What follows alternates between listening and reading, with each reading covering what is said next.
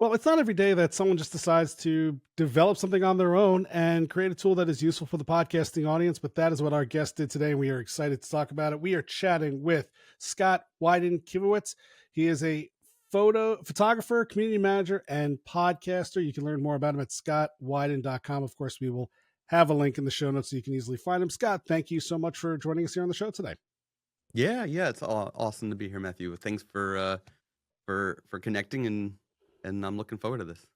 It's my pleasure. And we were connected by Greg Wasserman, I believe, Yep. and he's Yeah. been on the show before, and he is very good at making connections with people. So I'm excited for this conversation and this relationship. So before we get to this tool that you've built for podcasters, which kind of helps with rankings and things like that, tell us, how did you get started in the world of podcasting to begin with? Yeah. So I'll try to keep this brief, I guess, but I as young as podcasting is, I've been podcasting longer than podcasting has existed. When that's what I like to say because when I was younger, I was I would hang out with a friend on my street, and we would just take a boombox and just record ourselves talking about whatever it is, record conversations, make up stories, whatever, sort of like when you play with your Ninja Turtle toys or your Star Wars toys and you make up these stories. We were doing that on tape. Um, so I've been doing it for as long as I can remember, but really, it was straight out of college when I originally went to college for music recording. I wanted to own a recording studio, record bands for a living, and then I shifted my focus in college to photography technology. And once I was out of college, I sort of combined the two of them. And while I was working in the photo industry, serving photographers, I was also hosting podcasts and educating photographers, having conversations with photographers in a podcast. And it's evolved over the years, of course. But so I've been doing it for about 20 years at this point. And that is the Workflows Photography podcast. That is one of the many podcasts that I have right now, but that's the one I have for work. So I have a few personal ones. Some are experimental, some are for fun, and then I have one that I have with my full-time job is the Workflows Photography podcast. Yeah. Gotcha. All right. Very Mhm. cool. It's funny. Photography podcasts. I was so shocked when I was really getting started in the podcasting space and talking to people about all the different topics. And somebody said, "Oh, I do a photography podcast." I'm like, "Really? I mean, this is an audio medium. Like, what good is a photography podcast?" And then I was shocked and corrected when I saw that under podcasting, like photography was one of the most popular categories of shows that could be out there. There were just hundreds of photography podcasts in existence. This is like way, way, way back in the day. Why do you think that is? Why are so many photographers also in the podcasting space? Well, I think that it's twofold. The one that's existed for a while has always been the business side of the photo industry. So that's what our show is, for example. It's we're helping photographers with their workflows from the business perspective. There are shows that it talks about the art, and I think it's a little tricky because it is hard to visualize what you're talking about when you're talking about the photo. But um, there are ways that photographers have been able to communicate the the feel of when they were making the photo, of why they did it, things like that. And so there's many different types of photography podcasts, and the more recent one I'm seeing come up are now, and this is one that I'm starting to teach photographers that they should be doing, is the podcast for the photography clients. So while they might still show up for search results for photography, it's more um for their clients or their vendors that they work with to find them. So there's a wide range of different types of photography shows out there. I think that it's, even though it's a very specific niche, there's so many levels to it. Have you found that having a podcast was helpful in acquiring new clients or in how you built relationships with the people in your industry that you were trying to connect with? Yeah, 100%. So during the pandemic, I started a podcast called Jersey Brand. So I live in New Jersey. And there was a big shift. Wait, you said you're in New Jersey too? Yeah, down south. Oh, I didn't know that. That's funny. I'm in Monmouth County.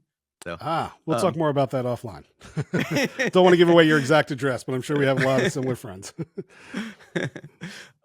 So there was a shift where a lot of photographers were offering during the pandemic, because they couldn't get up close and personal with their clients.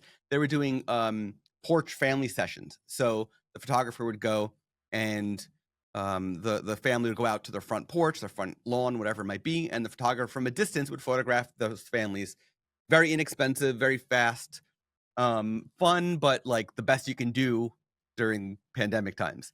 And so I said, wait a minute, we could do this for businesses. So I started a podcast called Jersey Brands, where as I was driving around, as I'm walking around, and I see different things what local businesses are doing, I would record an episode on my phone of, I noticed XYZ company is doing this in this billboard. Here's what I would have done different if I ran this business. And it caught the attention of a couple local businesses that wound up hiring me to do porch business sessions. So I wound up photographing the business and their employees wearing their company shirts and branded masks and stuff in front of their stores. So that was my own personal win when it comes to a podcast, but I've been working with other photographers that have, let's say, like wedding podcasts for their wedding couples or their vendors to find them, that have also been successful in the like accolade of, hey, you must know what you're doing because you've got a podcast about this. So that in itself helps them get more business. Because photography and because like the work that you're doing is very localized, right? You're not driving to Oregon to do a porch photo for a family, right? That it just doesn't make sense. What were you doing to attract or market your show to the local audience? Good question. Yeah. So for that Jersey Brand show, all I did was push it out on social, especially local Facebook groups, just say, hey, I got a podcast about some of the businesses that you shop at, and those businesses are in those groups, so they see it. So when it's a local one, you got to spend your efforts doing what you may hate doing, which is spending more time on Facebook, but spending time in those local groups, interacting with those people and those businesses, whichever your audience is. Gotcha. So let's fast forward a little bit. So the reason why we were introduced is because you came up with something called the Podcast Rank Report. Tell us what that is and why you decided to put this together. Yeah. So the Podcast Rank Report is a metadata search, so to speak, of where your podcast ranks for a specific keyword on Apple Podcasts and Spotify. We know that YouTube, right, is part of Google, and their SEO, so to speak, is for YouTube is more like Google. So I didn't focus on YouTube at all. I went specifically to the core, audio first players that most people are having their shows listened at the most. And what it does is it actually, you put in the name of your show, you put in the keyword that you want to see how you rank well for, and it's going to do a search behind the scenes of that and spit out a number. I rank 50, I rank 48, and it gives you a bullet point of where you rank on Apple, where you rank on Spotify. And then actually will give you the list of 1 to 100 on Apple and 1 to 150 on Spotify, so that you can see for yourself in the data, yes, this was correct. I am with 50 and 48, whatever I just said. And it emails you this within about 2 minutes. The reason why I made this was very selfish of me, because I want to know. Yes. I want to know how my shows are doing for specific keywords. There are many tools out there that tells you in general how your show is doing, but it's not specific to what your audience might actually be searching for, right? in the case of our show, the Workflows Photography Podcast, I know that our audience are searching for photography as the keyword for what shows they might want to follow or subscribe to. So I didn't want a more generic tool that just says, "Oh, you're ranking in the top 100 for entrepreneurship, or top 100 for arts or visual arts or whatever." I mean, I wanted a specific keyword, not the category of how well I'm doing. And there was only one tool that has ever existed that did this, and they went out of business. And I was very disappointed when they went out of business. Yeah, I used to use that for podcast audits with clients. It was a great tool for keywords and kind of understanding your show SEO. Yes, exactly. So I wound up buying one of those no-code type platforms because I am not a developer. And I knew that once I figure things out, that tool could be the back end for this podcast rank report. And it took me a while, and it took some help from one of the developers of this no-code platform, because I am not a developer, and it worked. And so I tested it, and then I built the front end using Gravity Forms on WordPress. So that way, I can use my WordPress site to track what people are submitting, and also send the email with the results and things like that. So it's a combination of multiple tools coming together to make this work. But it works, and it's amazing, and I scratched my own itch. I'm very happy about it. I'm curious, how often do you think, or does your reports show that people are really searching the stores for podcasts based on keywords? Or I don't know. I find the search of podcast, confusing, annoying, not super helpful. And so I'm just curious, like, really how big of a piece of the discoverability share does this keyword search really play into podcasts? Or is there anything that you've been able to extrapolate from the data thus far? One thing I've noticed is some people think that the keyword that they're trying to track is an obscure keyword that no one would probably search for. So I think there's two types of podcasters out there. There's the podcasters who know, maybe there's three types.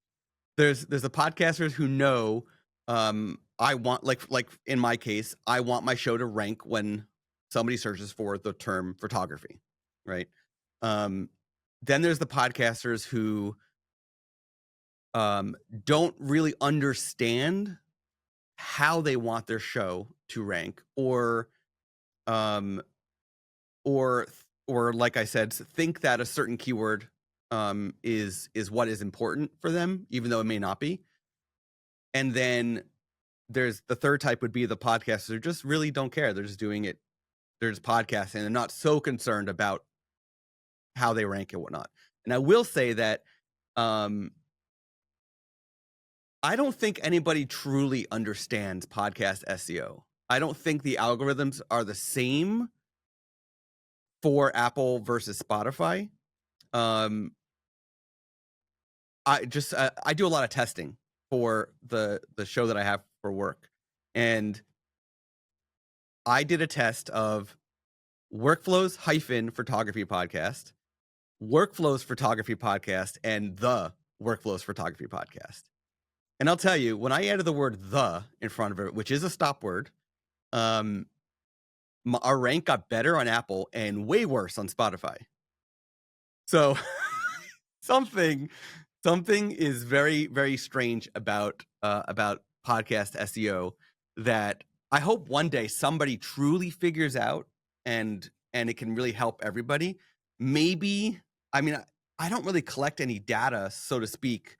I have the data of what people search for and the name of their show.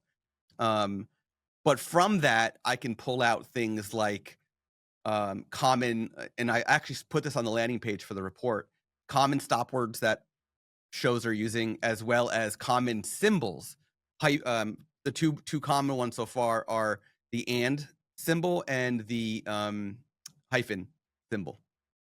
So, and it's not even that common. It's 12.12% of the shows that have been submitted so far have the hyphen. 3.03 have the and symbol. So it's not many, but 36.36 have the in it. That I can So, understand as well. yeah. Yeah. So like I'm not here to track people's data in that sort of way. I am interested in seeing what I can find, like that kind of cool information from it. But yeah, I don't know. It's a complicated thing, and I just know that when I was building this and I shared it with a bunch of other podcasters, and I was like, "Would you find this valuable?" They all were like, "Yes." So I'm like, I knew if it worked for me and others want it, why not? Why not? So yeah. Well, and if you're curious about the report, check out scottwyden.com/podcast-rank-report. Again, we'll put a link right there in the show notes so you can very easily find it. Also, while you're there, do him a favor and click on the upvote button for Product Hunt and give Scott's platform a little bit of love. And you can check out everything else he's doing at scottwyden.com. That's WYDEN, scottwyden.com. So, Scott, before we let you go, we have a couple of questions that we like to ask everybody who come on the show. The first one is, I mean, obviously, it might be search because that's what you seem to be working on right now, but having been in the space for a long, long time, right, and recording on your boombox way back in the day, is there a place or are there a few places in the podcasting world where you'd like to see some big improvements, whether that's on production, discovery, distribution, just anything where you're like, man, podcasting would be so much better if blank? Hmm. So I know that there's a lot of different individuals plus businesses trying to push for more standards across podcasting, right? You've got Transistor, which is the host that I use, that really tries to utilize all those standards in everything they do. But there's some breaking points that different platforms not supporting don't get back. So for example, I would love to see things like reporting to be more universal between platforms. There's things like YouTube, which is really trying to push hard with the podcasting, but most players don't see the YouTube stats back in the hosting so you have to look at two different places to figure everything out. So I would love to see more of a universally adopted system make their way throughout the whole ecosystem, right? Podcasting's funny because yes, there's competition between the hosts, yes, there's competition between the players, but it helps everybody. if everybody adopts one standard and they just all utilize it, it helps everybody. So I would love to see that happen. All right, fair enough. Again, you probably have a lot of these things, but is there a piece of tech on your podcasting wish list, whether it's hardware or software? It could be something that's out there that you just haven't bought yet, or could be something that hasn't been made yet that you'd love to see created that would help you as a podcaster. Yeah. So I use a Rodecaster Pro 2 on here with me right now, right?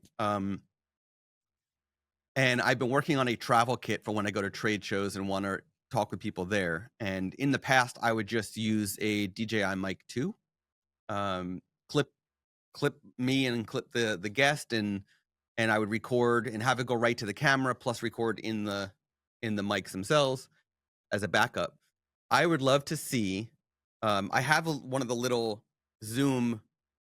I don't know. I forgot which model it is, but it's one of those Zoom portable. Like an H4, H5, something like that. Yeah, one of those. But it's one of the older ones, and it has the 4 XLR ports in it. It doesn't have 32-bit float, and I find that when you're at trade shows, that is needed.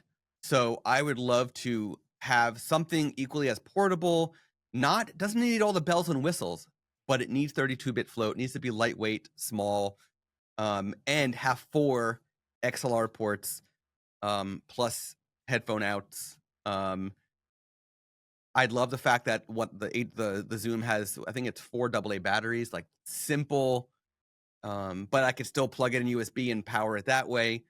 So Zoom's probably working on it already, but Well, actually, there's a Zoom. They refresh their line. There's the Zoom H6 Essentials that does do 32-bit float, has the 4 XLR ports. It's only got the one headphone jack, but you put a headphone amp in, or I don't know. When I'm recording in a loud conference, I don't usually make other people wear headphones. I might put an earbud in just so I can hear if they're on mic. But that's probably the closest thing that we have to it right now. Although, again, more to discuss with you off air after this call. So stick around. And then lastly, are there podcasts on your playlist that, no matter what it is you're doing or whatever else you're listening to, when they drop a new episode, you were stopping, you were listening, you're never going to let an episode go past you? 100%. There's one, and it's let me not think about anything important and just enjoy the conversation. Smartless. Funny always, just laid back. I want to be a guest one day just because, it's such a good show. Yeah. And that is, if you said to me 2025, you have to pay for one podcast, that's the one it would be, to have no ads. Fair enough. Fair enough. Yeah. Well, we've been chatting with Scott Wyden Kivowitz. You can find him at scottwyden.com. While you're there, make sure you check out his Podcasters Rank Report and give it an upvote while you can. Scott, it is a pleasure. Thank you for joining me today. Thank you.